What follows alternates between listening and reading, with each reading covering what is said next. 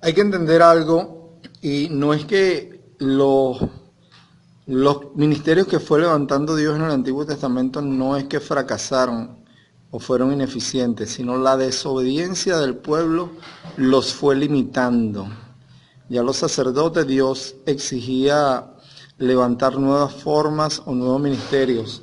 Eso nos da a entender a nosotros que como maestros, como personas que trazamos una palabra, que llevamos una enseñanza, debemos adaptar nuestras estrategias a los nuevos tiempos, a las nuevas personas, sin salirnos de las verdades escriturales que nos enseña la Biblia y sin salirnos de los principios. Más allá de valores, nosotros nos manejamos por principios, porque los principios son inamovibles, son para todo tiempo y aplicables para todo tipo de persona, todo tipo de sexo y toda condición social. Dios se maneja por principios. Vemos entonces como ya los sacerdotes, Dios comienza a levantar a los profetas. Recordemos que Samuel fue el último que tuvo todos estos roles centralizados. Vemos que él fue el primero que fue juez, profeta y sacerdote. Pero ¿qué eran los profetas? Los profetas inicialmente eran llamados los videntes. Antes de este tiempo, del tiempo de Samuel, no había tanta afluencia de profetas, sino que muy esporádicamente se veían. Inicialmente se llamaban como Navi, porque ellos eran los que veían, era la palabra original de la cual viene en el idioma original de la Escritura, que quiere decir el vidente. ¿Qué era el profeta? El que exigía demandas y cambios profundos en lo social, el que exigía volver el corazón del pueblo hacia Dios, el que exigía cosas fuertes. Algunos lo comparan con lo que es un salmón, el pescado que nada en contra de la corriente de los ríos y aún es capaz de subir cuando el agua viene bajando. Algunos lo comparan con esto, pero nosotros nos damos cuenta cómo los profetas también son los que se podrían decir que claman por cambios profundos y los que anuncian las exigencias de Dios. Ellos tenían una función docente, como nos lo dice la guía, muy particular, porque lo hemos venido diciendo, sus enseñanzas demandaban cambios. La enseñanza que nosotros damos no es simplemente un entretenimiento, no es simplemente algo displacente, no es simplemente para entretener, tampoco es que nos vamos a volver unas personas, unos terroristas del púlpito o unos terroristas del pizarrón. Pero sí nuestra enseñanza hay momentos que deben exigir cambios en la persona, deben exigir que la persona pueda tener una manifestación de que ha evolucionado.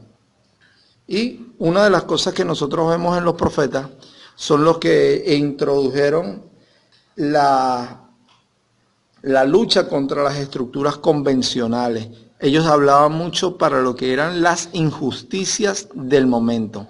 Quiero aprovechar esta parte y agregarle aquí al texto de los profetas otro rol que desempeñaron, una función de docente, de maestro en las escrituras, y fueron los reyes. Dios no se molestó porque el pueblo pidiera rey, sino que se molestó por la forma como el pueblo pidió rey. Porque cuando Jacob muere, una de las profecías que dice sobre sus hijos, allá en Génesis, los últimos capítulos, dice, y de ti, de una de sus tribus, saldrá reyes. Quiere decir que Dios tenía previsto que para Jacob, Israel, existieran los reyes. Si hubiese sido para nada más los pueblos descendientes de Abraham, pero no para Jacob, esa palabra hubiese venido para Isaac, pero vino en Jacob. Pero fue la forma como ellos pidieron rey. Ellos cuando le piden rey a Samuel, dicen, queremos tener rey como las demás naciones. Las demás naciones eran naciones idólatras y paganas. Y Dios estaba buscando que el pueblo de Israel marcara una diferencia de lo que era adorar al rey, al Dios verdadero. El ministerio de maestro en los reyes también se desempeñó. ¿Por qué? Porque ellos aprovechaban su posición o debían aprovechar su posición para enseñarle al pueblo cómo se debía caminar. No solamente ellos eran responsables de sacar al pueblo a la guerra, sacar al pueblo, trazar las estrategias y volverlo a traer, como se dice que lo hacía David, que sacaba a Israel y lo volvía a traer, una forma de un hebraísmo que colocaba a todo el pueblo representado en el número de un solo hombre, sino que ellos también debían recibir palabra de los profetas y utilizar su posición de altura, su posición de llamar la atención y poder enseñar lo que es la exigencia de Dios o los cambios de Dios. En los reyes también se manifestó el ministerio de la enseñanza en los reyes, y por eso también Dios en su momento desechó el reinado, se lo fracturó a Roboam, existiendo nada más 3 generaciones de David, y partió el reino en 2, en el reino del norte, el reino del sur. Lo que permanecieron con Judá, que eran los del linaje del rey David, y los que se llamó luego el reino de Samaria.